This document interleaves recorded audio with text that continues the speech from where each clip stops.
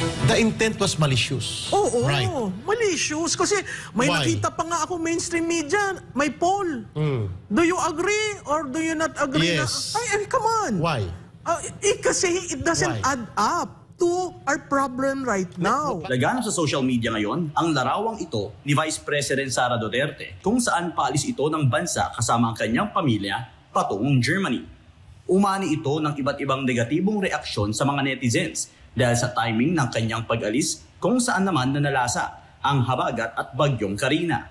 Pero para sa isang batikang political strategist na si Professor Malutiquilla, isang demolition job di umano ang ginawang pagpapakalat ng naturang umano'y CCTV footage. Kung titingnan niyo ho yan ho ay hindi cellular phone shot. No. Yan ho ay photo ng CCTV sa NAIA. Yan. Okay?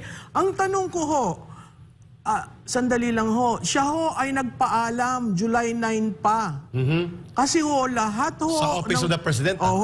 Lahat ng opisyal, kahit empleyado, kailangan may travel order na ipipresent sa BID. Tama. Bago makalabas. So humingi siya. So respeto niyo yung proseso.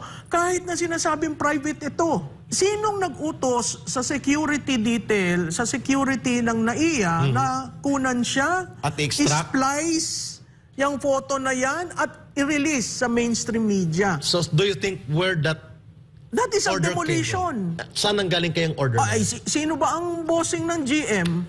Sino ba ang bossing ng security na nag-handle ng CCTV? Kaugnay naman sa mga nagsasabing karapatan daw malaman ng publiko kung nasaan ang vice-presidente, ito ang tugon ni Tiquilla. Private na travel po yan. Ay, ang presidente nga, nung pumunta sa Singapore, nung nagbabagyo para manood ng karera. Nung F1 race.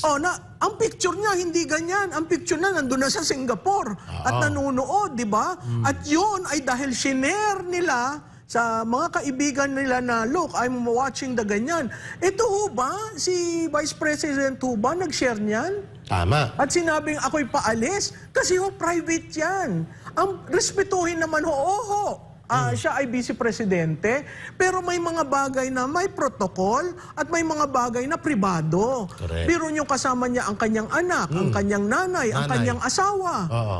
Ayun ho ba'y public matter to you? Sa naunang statement naman ni VP Sara, hindi nito inilihim sa publiko ang kanyang pag-alis sa bansa kasama ang kanyang pamilya.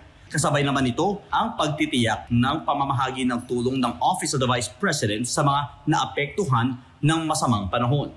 Ayon pa kay Tiquilla, bago pa man humagupit ang bagyo ay nakaposisyon na ang naatasan ng Vice-Presidente para sa pamamahagi ng tulong. Gabi pa lamang, nasa Manresa, Banawe. Bakit to? Yung mga residente ng Banawe, meron ho dyang warehouse for disaster ang ating Vice President. Yun ho ay kuminsan may mga empleyado, minsan may volunteers. Ayan ho, yan sa Manresa, gabi. So, ano ho, salita o aktual na litrato? Order, rhetorics o nakikita ng tao?